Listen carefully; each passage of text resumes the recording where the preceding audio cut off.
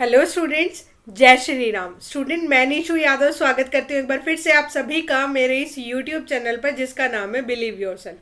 बच्चों, ये वीडियो लेकर आई हूँ आप सभी के लिए जो एस्टेट पीजीटी कॉमर्स की प्रिपरेशन कर रहा है 2024 के लिए। एज यू नो, आप लोगों के एग्जाम का नोटिफिकेशन आ चुका है और अब बहुत सारे बच्चे जो पहले से प्रिपेयर नहीं कर रहे थे वो परेशानी में आ गए हैं कि मैम कैसे प्रिपरेशन करें और कैसे प्रिपरेशन करें और क्या स्ट्रेटेजी रखें ताकि हम इस बार एस्टेट को क्वालिफाई कर जाएं। ठीक है, वैसे इसके रिगार्डिंग मैंने काफ़ी वीडियोस बनाई हैं, लेकिन एक बार दोबारा से आप लोगों के लिए एक स्ट्रेटेजी वीडियो मैं बना रही हूँ। ठीक है, देखो बेटा, आप लोगों के लिए 2023 से लेकर एस्टेट के लिए मैंने काफ़ी 2023 में मैराथन भी ली थी और काफ़ी बच्चों ने मैराथन से भी चीज़ें मतलब एस्टेट को क्लियर करा है 3-4 बार लगाकर, राइट। लेकिन क्योंकि आप लोगों को पता है कि हर साल थोड़ा सा लेवल चेंज मतलब बढ़ता ही है एग्जाम का, तो इस बार आप लोगों को क्या स्ट्रेटेजी रखनी है कि एस्टेट एक बार में ही क्लियर हो जाए, या बहुत सारे बच्चे जो बहुत बार दे चुके हैं और तंग हो चुके हैं उन बच्चों के लिए मैं ये वीडियो लेकर आई हूँ। पेड और अनपेड दोनों स्टूडेंट के लिए मैं स्ट्रेटेजी बताने वाली हूँ। जो पेड स्टूडेंट है उनके लिए बाद में बताऊंगी, पहले यानी पेड स्टूडेंट मतलब जो मेरे बैच में बच्चे हैं उन बच्चों के लिए, राइट। और जो अनपेड है यानी यूट्यूब स्टूडेंट्स हैं मेरे, तो उन सब बच्चों को क्या करना चाहिए और क्या पढ़ना चाहिए और कितना पढ़ना चाहिए, या फिर जिन बच्चों के पास मेरी बुक अवेलेबल है। आप लोगों को पता है कि मेरी एस्टेट पीजीटी कॉमर्स के लिए हिंदी और इंग्लिश में एक बुक अवेलेबल है मार्केट में, जो कि अमेजोन और फ्लिपकार्ट पे आप लोगों को मिल जाती है और बहुत सारे बच्चों के पास है। तो उन बच्चों के लिए कि कौन से टॉपिक इंपॉर्टेंट रहेंगे, इस चीज़ के लिए मैं ये वीडियो लेकर आई हूँ। ठीक है, देखो बेटा, सबसे पहले ध्यान से सुनो। मैं जो नॉन पेड स्टूडेंट है उन सब के लिए कुछ चीज़ें बताने वाली हूँ। पहले आप लोगों को जो आप लोगों का पेपर होता है यानी कॉमर्स का, पीजीटी कॉमर्स का जो पेपर होता है एस्टेट पीजीटी कॉमर्स का, राइट, तो उसमें 90 मार्क्स का तो कॉमर्स आता है, आप लोगों को पता होगा अगर आप थोड़े से भी सीरियस हैं तो। और 60 मार्क्स का आप लोगों का 60 मार्क्स का कॉमर्स आता है और 90 मार्क्स का अदर पोर्शन आता है। ठीक है, थोड़ा सा मिस्टेक हुआ। 90 मार्क्स के अदर पोर्शन आता है यानी अदर सब्जेक्ट्स आते हैं, अदर जो भी सभी के लिए कॉमन होते हैं वो, और 60 मार्क्स का आप लोगों का कॉमर्स आता है। अगर आप लोग मेरे बैच वाले स्टूडेंट हैं, वैसे यूट्यूब वालों के लिए भी मैं चीज़ें बताऊंगी, तो आप लोगों के फिर भी मेरे को दोनों बच्चों को साथ लेकर चलना है। अगर मेरे आप बैच में हैं और अगर आप जैसे मैं बता रही हूँ, आप लोगों को पता है कि पूरी चीज़ें मैं बताती हुई चलती हूँ, जैसे मैं बता रही हूँ अगर आप उतना पढ़ लेते हैं तो आप लोगों के 50 अबाव ही मार्क्स आएंगे कॉमर्स में, राइट। अगर आप अपनी चलाते हैं तो प्लीज़ बैच में ना आए। ठीक है, अब आप लोग का पहला क्वेश्चन होगा कि मैम चलो बैचेस की बातें बाद में करूंगी, पहले मैं आप लोगों को जो नॉन पेड वाले स्टूडेंट हैं यूट्यूब स्टूडेंट उन सब के लिए बता देती हूँ। ठीक है, कि क्या कवर करना है चीज़ें। पार्ट फर्स्ट के लिए हम जो 90 मार्क्स है यानी पार्ट फर्स्ट 90 मार्क्स का जो पोर्शन है उसके लिए हमें क्या करना चाहिए और क्या चीज़ें कवर करें कि हम आप लोगों का एग्जाम में इतने मार्क्स तो आ जाए कि आप क्वालिफाई कर जाए।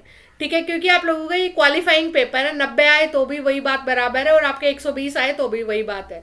ठीक है, तो आप लोगों को क्या करना चाहिए ताकि आप 90 आप आराम से ले सकें। ठीक है, जब आप 100 का टारगेट करेंगे, जब आप 90 को अचीव कर पाएंगे, इसलिए टारगेट मोर प्लीज़।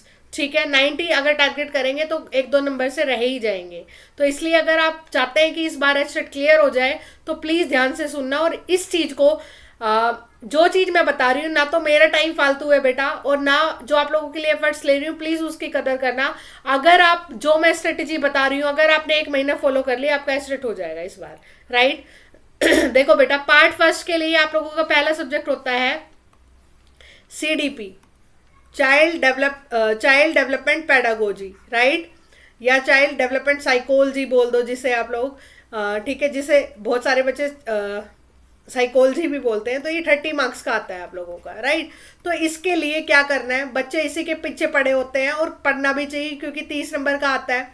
अगर आप एक मैराथन वीडियो है, किसी भी टीचर की मैराथन वीडियो एस्टेट से रिलेटेड बनाई हुई है। 2 टीचर हैं जिन्हें मैंने देखा है, एक तो निशा शर्मा मैम है, ठीक है, और एक और है टीचिंग गोल्स करके उनका चैनल है, टीचिंग गोल्स। ठीक है, ये हिंदी इंग्लिश दोनों में ही पढ़ाते हैं, तो आप वो वीडियोस देख लें। या फिर एक थर्ड मैम है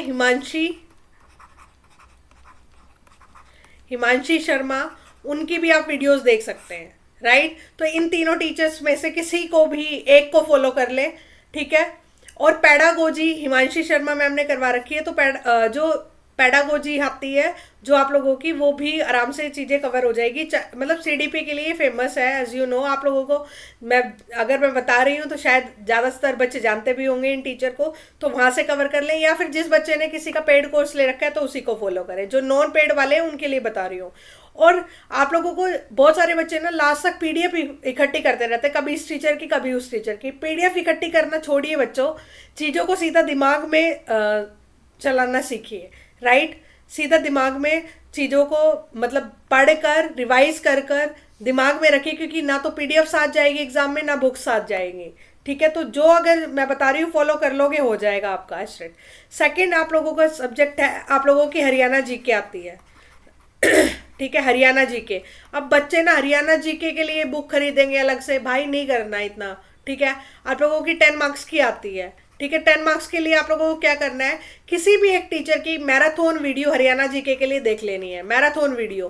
पर आप लोगों को उस वीडियो का जो कंटेंट है ना, वो साथ में लिखना भी है। आप कहेंगे बहुत टाइम कम है, लेकिन इतना भी कम नहीं है, आपके पास 1 मंथ है। तो मैराथन वीडियो प्रदीप सर की है, एक प्रदीप सर करके है चैनल, प्रदीप सर, ठीक है। उनकी देख लीजिए, 10 या 12 घंटे की एक वीडियो पड़ी हुई है, वो देख लो, इनफ है, राइट।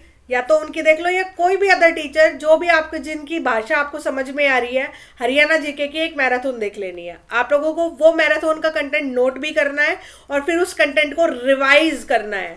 रिवाइज पे ज़्यादा फोकस कर रही हूँ मैं, ये नहीं है कि ये कंटेंट एक बार देख लिया। मैंने बोला इन टीचर की जो मैराथन वीडियो है वो देख लो, और उस रिवाइज करके फिर उसको रिवाइज करना है कम से कम 3-4 बार।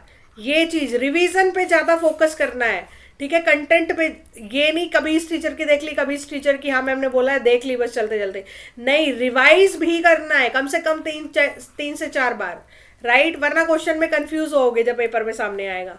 Third is Hindi. हिंदी आता है आप लोगों का 15 मार्क्स का।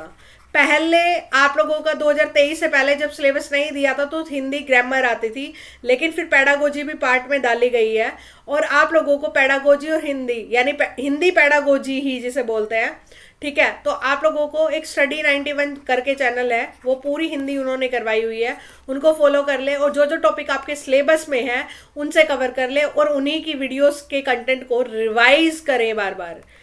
उस कंटेंट को एक बार उतार लें जल्दी जल्दी, ठीक है, और फिर उसके बाद उसको रिवाइज करें, PYQs देखें, ठीक है, हो जाएगा हिंदी का। फिर है फोर्थ इज इंग्लिश।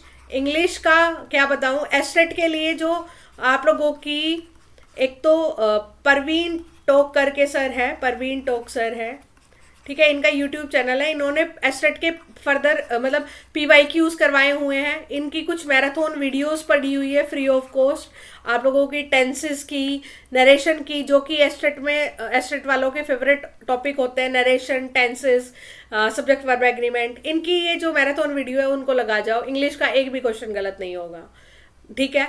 और पर रिवाइज इट, रिवीजन पे ज़्यादा ध्यान देना है। फिर है आप लोगों का 5th पोर्शन, आप लोगों का रीजनिंग और मैथ्स, ठीक है। रीजनिंग और मैथ्स के लिए आप लोगों को क्या करना है बेटा, ये 10-20 मार्क्स के ये हो गए।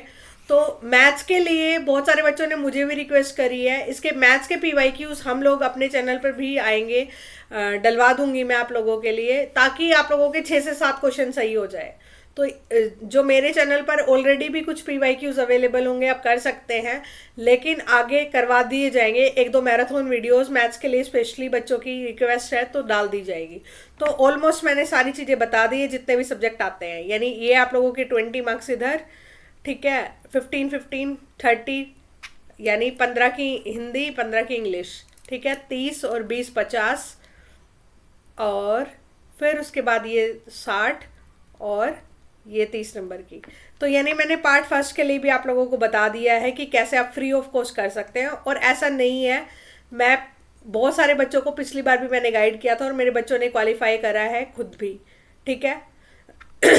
और एक चीज़ और मैं बता रही हूँ आप लोगों को, देखो अब है आप लोगों का कॉमर्स पोर्शन जो पार्ट बी है, ठीक है। आप लोगों का कॉमर्स आता है 60 मार्क्स का, ठीक है। अब जो मेरे स्टूडेंट हैं, जो मेरे पेड कोर्स जिन्होंने बैच ले रखा है, उन्हें मैं बताती हूँ सबसे पहले तो बेटा आप लोगों को पेशेंस रखना है। सबसे पहली बात, बहुत सारे बच्चे बोल रहे हैं कल भी नोटिफिकेशन आने के बाद मैम डेट आ गई है, एग्ज़ाम डेट आ गई है, बहुत कम टाइम है, बहुत कम टाइम है। बेटा एक बात सुनो मेरी, आप लोगों को नहीं पता बट मुझे पता है कि कौन से टॉपिक से कहाँ से क्वेश्चन आते हैं। तो सबसे पहले तो मैंने बोला है आप लोगों का पूरा जो सिलेबस है, क्योंकि मैं चाहती ना तो रिकॉर्डेड में मेरे पास पूरा कोर्स अवेलेबल था, बट क्योंकि बच्चों आप लोग पढ़ाई नहीं कर पा रहे थे रिकॉर्डेड वे में, इसी वजह से मैंने अपना बैच रखा है रिकॉर्डेड प्लस लाइव, ठीक है। रिकॉर्डेड प्लस लाइव यानी कुछ वीडियोस रिकॉर्डेड और कुछ लाइव रखी है, ठीक है। तो जो मुझे लगता है कि जिस चीज़ में मुझे पढ़ाना चाहिए लाइव, यानी जो टॉपिक इम्पोर्टेंट है, इम्पोर्टेंट कैसे बेटा, वैसे तो पूरा कॉमर्स इम्पोर्टेंट है हम लोगों के लिए तो, लेकिन एस्टेट के लिए कौन सा इम्पोर्टेंट टॉपिक है, ठीक है। तो वो टॉपिक्स तो मैं लाइव में करवा ही रही हूँ। बाकी कुछ चीज़ें हो जाती है, जैसे फेस्टिवल्स आ गए बीच में तो चीज़ें हो रही हैं, तो कई बार नहीं हो पाता, तो रिकॉर्डेड में मैं आप लोगों को टास्क दे देती हूँ, राइट।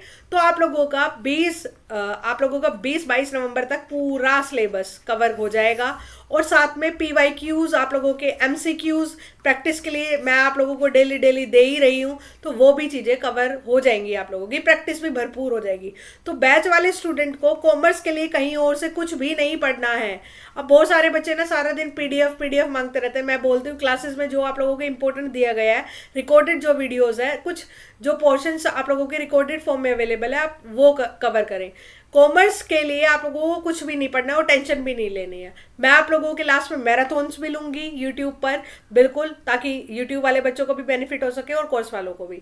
तो आप लोगों को कॉमर्स के लिए और प्रैक्टिस जो प्रीवियस ईयर क्वेश्चन है उनकी प्रैक्टिस भी भरपूर करवाऊंगी, आपको चिंता बिल्कुल नहीं करनी है, राइट। अब मेरी बात सुनो, जो नॉन पेड वाले स्टूडेंट है या जो आप लोगों के कॉमर्स वाले ऐसे स्टूडेंट, ठीक है, जो जिनके पास मेरी बुक है बट वो उनको समझ नहीं आ रहा कि कवर कैसे करना है, मैम कौन से टॉपिक इंपॉर्टेंट है, उनके लिए मैं बता देती हूँ आप लोगों को क्या चीज़ें नहीं छोड़नी है। देखो अब मैं बताती हूँ, कुछ टॉपिक मैं लिखवा देती हूँ कॉमर्स के लिए भी, जो आप लोगों को नहीं छोड़नी है, जहाँ से क्वेश्चन आता ही आता है, ठीक है। मैंने आप लोगों का सिलेबस ओपन किया हुआ है, तो मैं बता देती हूँ। पार्ट ए में वैसे तो बेटा पूरा ही सिलेबस इंपॉर्टेंट है, राइट। पार्ट ए में आप लोगों को जो बिजनेस ट्रेड कॉमर्स का है, उसके अंदर इंडस्ट्री टाइप्स नहीं छोड़ना है, ठीक है। सेकंड है आप लोगों का, इसमें से आप लोगों के कौन से राइटर ने कौन सी डेफिनेशन दी है वो नहीं छोड़ना है, ठीक है। राइटर की डेफिनेशंस आ जाती हैं कई बार आप लोगों की सीधी सीधी। फॉर्म्स ऑफ ऑर्गेनाइजेशन के अंदर आप लोगों की फॉर्म्स ऑफ ऑर्गेनाइजेशन के सबकी फीचर्स, सबके मिनिमम और मैक्सिमम मेंबर्स याद रखनी है, मिनिमम मैक्सिमम मेंबर्स, ठीक है। सबके फीचर्स याद रखने हैं कि कंपनी के क्या फीचर हैं, पार्टनरशिप के क्या फीचर हैं, ये सारी चीज़ें, ठीक है। फिर उसके बाद है बिजनेस सर्विसेज। बिजनेस सर्विसेज के अंदर आप लोगों को इंश्योरेंस और वेयर हाउस नहीं छोड़ना है, ठीक है। फिर उसके बाद आप लोगों का आता है आगे एक बारी पेज, फिर आप लोगों का आता है 5th chapter emerging modes of business. इसके अंदर आप लोगों का ये सारे टाइप्स आते हैं, जैसे B2B, B2C, C2C, B2C, ये सारा जो कि मैंने कोर्स में डिटेल में भी करवाया हुआ है आप लोगों को, मेरे कोर्स वाले बच्चे तो समझ गए होंगे। सोशल रिस्पॉन्सिबिलिटी चैप्टर में आप लोगों को CSR के बारे में पढ़ना है, ठीक है। फिर है आप लोगों का नेचर और बिजनेस। इसमें आप लोगों को नेचर और बिजनेस, आप लोगों को क्लासिकल थ्योरीज और मॉडर्न थ्योरीज राइटर पढ़नी है, मॉडर्न कौन से हैं, ठीक है। फिर उसके बाद आप लोगों के हैं प्रिंसिपल ऑफ मैनेजमेंट में आप लोगों को 7th चैप्टर में principle of management, sorry 8th chapter है बेटा, 8th था ये था 7th, ठीक है। नंबरिंग गलत होगी है ऊपर वालों, कोई बात नहीं। प्रिंसिपल ऑफ मैनेजमेंट में आप लोगों को पढ़ना है हेनरी फेयोल, और टेलर सर के प्रिंसिपल। ठीक है, अच्छे से पढ़ के जाना है। फिर है आप लोगों का 9th चैप्टर। 9th में बिजनेस इन्वायरमेंट में जो बिजनेस इन्वायरमेंट के टाइप्स हैं वो पढ़ने हैं। ठीक है, कि आप लोगों का टेक्नोलॉजी में कौन सा आता है, सोशल में कौन सा आता है, ये वाले। फिर है आप लोगों का 10th topic planning, organising, staffing, directing, controlling को आराम से ऊपर से देख लेनी है। इनकी प्रोसेस को ध्यान से करके जाना है, इनकी प्रोसेस को रट लेना है बिल्कुल। ठीक है, फिर उसके बाद है आप लोगों का बिजनेस फिनेंस में सोर्सेज को अच्छे से करके जाना है। फिर आपका है मार्केटिंग, और मार्केटिंग मिक्स में आप लोगों के फिलोसफीज अच्छे से करके जाना है। ठीक है, और मार्केटिंग में मार्केटिंग के टाइप्स, लेवल्स अच्छे से करनी है, टर्म्स वगैरह। फिर है आप लोगों का पार्ट बी। यहाँ पे पार्ट ए का पोर्शन मैंने बता दिया, पार्ट बी के इंपॉर्टेंट टॉपिक्स बता रही हूँ मैं, लिख लीजिएगा और यही कर लेना, कॉमर्स का हो जाएगा आप लोगों का। और बेटा देखो ये इंपॉर्टेंट मैं बता रही हूँ इतना। ठीक है, फिर और इसके अलावा कुछ इक्का दिक्का क्वेश्चन आते हैं तो वो आप लोगों को मैनेज करने ही होंगे। इंट्रोडक्शन टू अकाउंटिंग में देखो थ्योरी वाला पोर्शन है, तो आप लोगों को थ्योरी में चीज़ें पढ़ के जानी है, वहाँ से कुछ भी पूछा जा सकता है। थ्योरी बेस में जर्नल एंट्री जनरली पूछते हैं आप लोगों से। ठीक है, रिकॉर्डिंग, जनरल एंट्री आप लोगों को अच्छे से कर लेनी है। बीआरएस का न्यूमेरिकल कर लेने हैं अच्छे से। बीआरएस का एक न्यूमेरिकल पक्का आता है, मोस्टली पेपर में देखा गया आप लोगों के। ट्रायल बैलेंस और rectification of error, rectification of error को बिल्कुल नहीं छोड़ना है। बीआरएस और रेक्टिफिकेशन ऑफ एरर बिल्कुल नहीं छोड़ना है। ठीक है, मैं अपने बच्चों को, बेटा जो बैच वाले बच्चे हैं उनको बहुत अच्छे से प्रैक्टिस कराने वाली हूँ, आप लोगों को चिंता बिल्कुल नहीं करनी है। प्लीज़ जल्दी ना मचाएं। ठीक है, जल्दी इतने जल्दी के चक्कर में कुछ नहीं होता है। डेप्रीशिएशन में बेटा WDV मेथड और SLM को अच्छे से करके जाना है। ठीक है, फिर है आप लोगों का आगे प्रोविज़न और रिजर्व में अंतर भी देख लेना है। इसमें प्रोविज़न और रिजर्व में अंतर भी देख लेना है।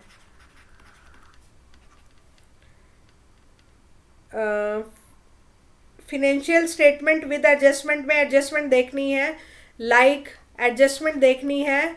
2-3 एडजस्टमेंट बता देते जो जिसको देखे बिना बिल्कुल नहीं जाना है, जैसे बैड डेट्स। ठीक है, जैसे कमीशन, आउटस्टैंडिंग,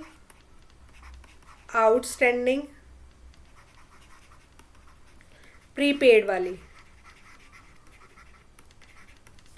ठीक है, ये बिना देखे बिल्कुल नहीं जाना है। क्लोजिंग स्टॉक वाली। फिर है आप लोगों की नेक्स्ट चैप्टर है आप लोगों का फिनेंशियल स्टेटमेंट, एडजस्टमेंट बता चुकी हूँ। फिर है पार्टनरशिप। पार्टनरशिप के अंदर आप लोगों का ये कौन सा टॉपिक है, पार्टनरशिप आप लोगों का पार्ट बी का 9वां चैप्टर है मेरी बुक में। ठीक है, चैप्टर 9। तो इसमें क्या करना है, पार्टनरशिप में आप लोगों को gaining ratio, sacrificing ratio, gaining ratio, new ratio और आप लोगों को ओल्ड रेशो, ये निकालने आने ही चाहिए। एक क्वेश्चन पक्का आता है यहाँ से। फिर है आप लोगों का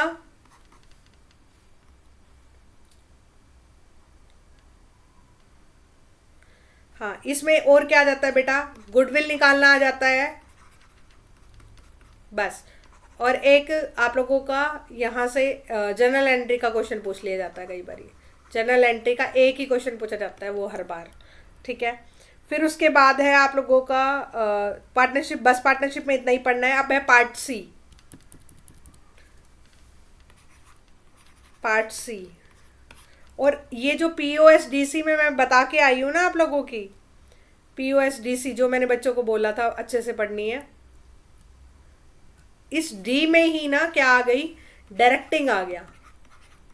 डायरेक्टिंग के अंदर 4 चीज़ें आती हैं आप लोगों की, सुपरविज़न, मोटिवेशन, लीडरशिप और एक चीज़ और आती है सुपरविजन, मोटिवेशन, लीडरशिप और कम्युनिकेशन। ठीक है, सुपरविजन, मोटिवेशन, लीडरशिप और कम्युनिकेशन। तो ये तीनों टॉपिक अलग से टॉपिक बन जाते हैं, मोटिवेशन, लीडरशिप और कम्युनिकेशन। ठीक है, तो ये वाले टॉपिक भी चीज़ें कवर करनी है आप लोगों को।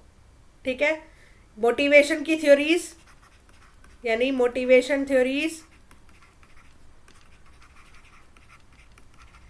लीडरशिप थ्योरीज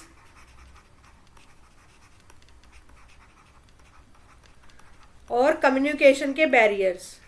कम्युनिकेशन में प्रोसेस और बैरियर्स यानी इसके बाधाएं। अब ये मत बोलना हिंदी में और बता दो, टॉपिक के नाम आप हिंदी में खुद ही लिखेंगे। अब है पार्ट सी में क्या क्या इंपॉर्टेंट है। फॉर्मेशन ऑफ कंपनी की प्रोसेस, पहला चैप्टर फॉर्मेशन ऑफ कंपनी में प्रोसेस। ठीक है, क्लोजेज, इसमें आता है एक और क्लोजेज, क्लोजेज ऑफ एमओए, पक्का आता है यहाँ से ये क्वेश्चन। ठीक है, सोर्सेज मैं ऊपर बता चुकी हूँ, सोर्सेज याद रखना है बिजनेस फाइनेंस के। इंटरनल सोर्सेज, एक्सटर्नल दो होते हैं, वो करने हैं। ठीक है,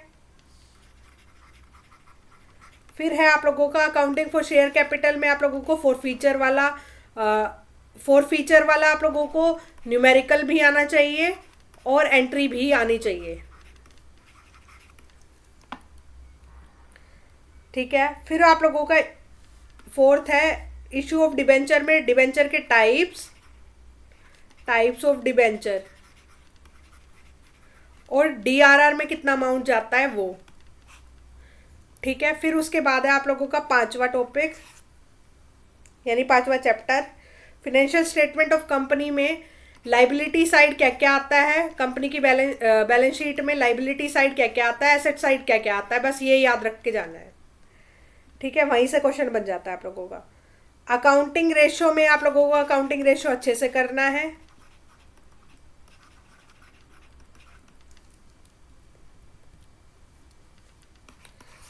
सातवां टॉपिक है आप लोगों का कैश फ्लो स्टेटमेंट का फॉर्मेट और क्वेश्चन। कंप्यूटराइज अकाउंटिंग में बेसिक देख जाना, जितना आप लोगों का बुक में है उतना ही, बस बेसिक। बाकी एमएसएमई का एक्ट, इंटरनल ट्रेड और इंटरनेशनल बिजनेस,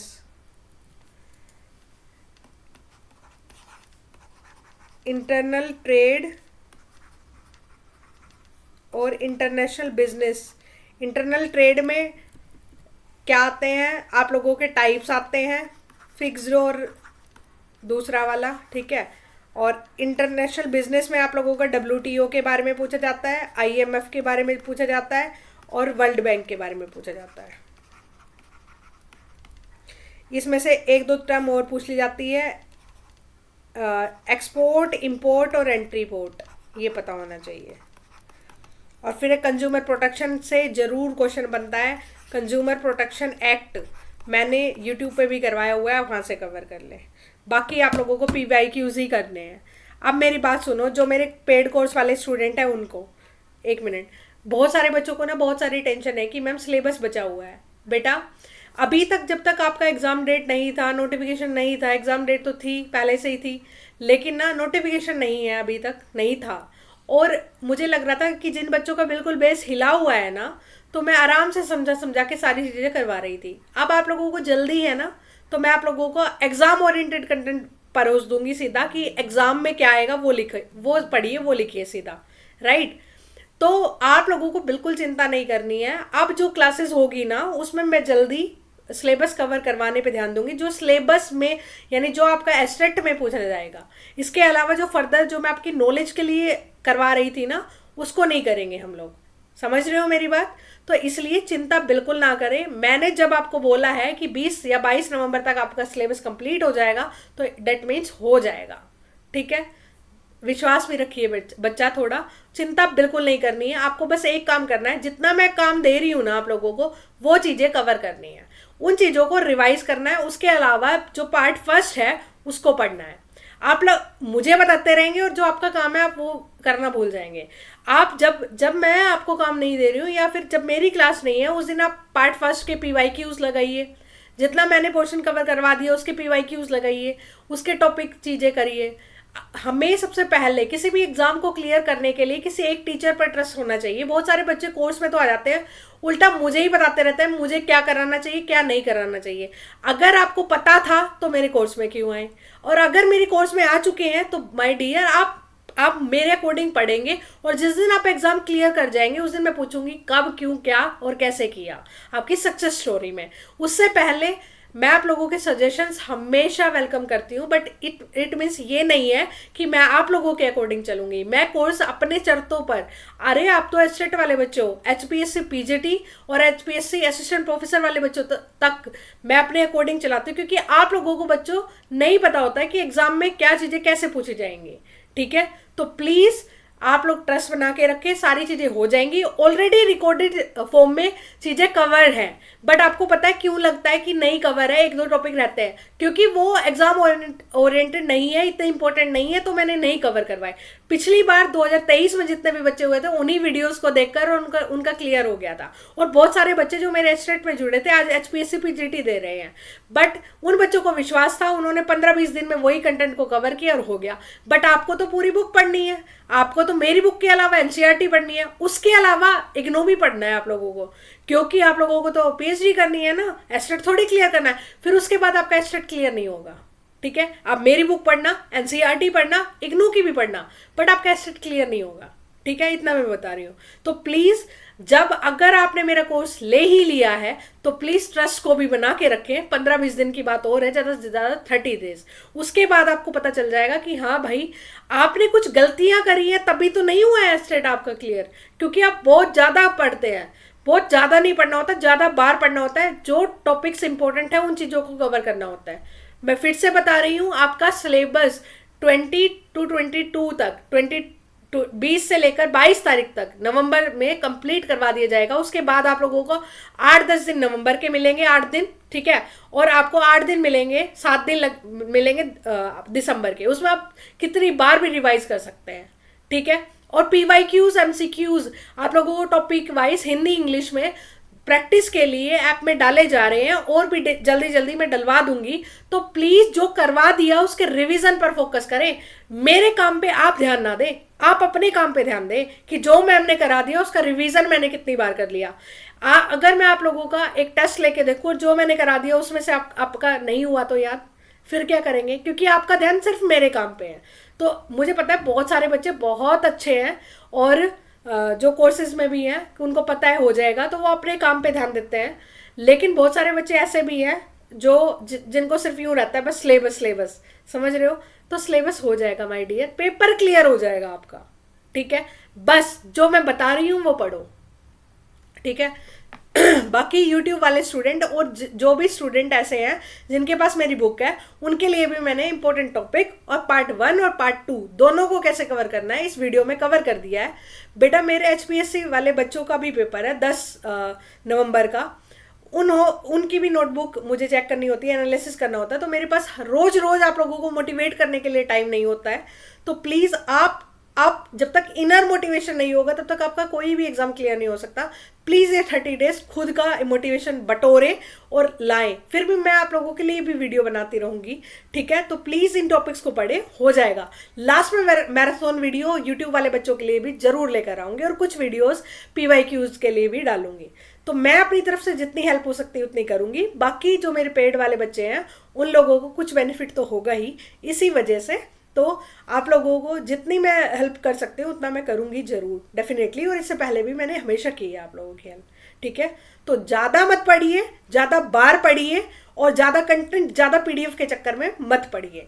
ठीक है, यही बोलूँगी, आपका एस्टेट ज़रूर क्लियर हो जाएगा। ठीक है, ओके स्टूडेंट्स, मैं निशु यादव एंड करती हूँ मेरी इस वीडियो का। इसके अलावा भी आपका कोई फर्दर क्वेश्चन है तो प्लीज़ आप बता सकते हैं। और जिन भी बच्चों को नहीं पता है, और हाँ एक आधे बच्चों का नहीं, ये मेरे से मैसेज आ रहा था पर्सनली कि मैम 30 डेज बचे हुए हैं, क्या एस्टेट का कोई क्रैश कोर्स आएगा या फिर क्रैश कोर्स आएगा या फिर आप इसकी फीस कम करेंगे, तो मैं बोल रही हूँ कि बेटा नहीं होएगी, बिकॉज 30 डेज में आप लोगों को लग रहा है 30 डेज, लेकिन मुझे तो पूरा कंटेंट ही कवर करवाना है ना।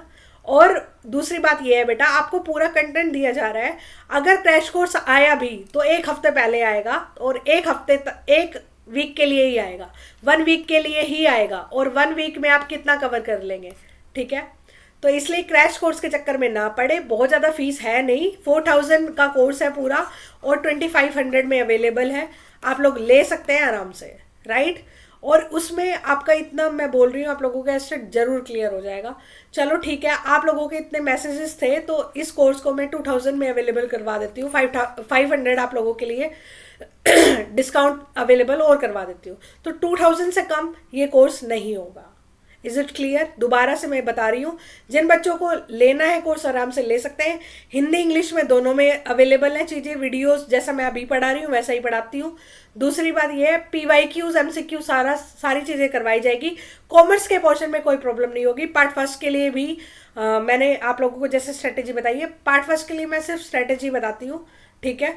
तो पार्ट फर्स्ट का इसमें कोई रोल नहीं है, मैं कमिटेड नहीं हूँ पार्ट फर्स्ट के लिए, लेकिन कॉमर्स आप लोगों का नहीं हिलेगा, बिल्कुल आप क्लियर कर जाएंगे, ठीक है। ओके स्टूडेंट, बट 2000 से फीस कम नहीं होगी। जब ये मेरी वीडियो अपलोड होगी तब से मेरा ये कोर्स प्राइस 2000 आप लोगों को रिफ्लेक्ट होने लग जाएगा। Is it clear?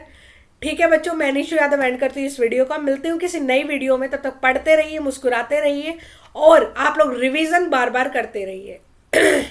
ये मेरी आप लोगों से एक गुजारिश है, और पॉजिटिविटी के साथ पढ़ते रहिए। टाइम कम है, मुझे मत बताइए प्लीज़, आप अपने ऊपर फॉलो करिए, जितना करवा दिए उस पर रिवीजन करें, ठीक है।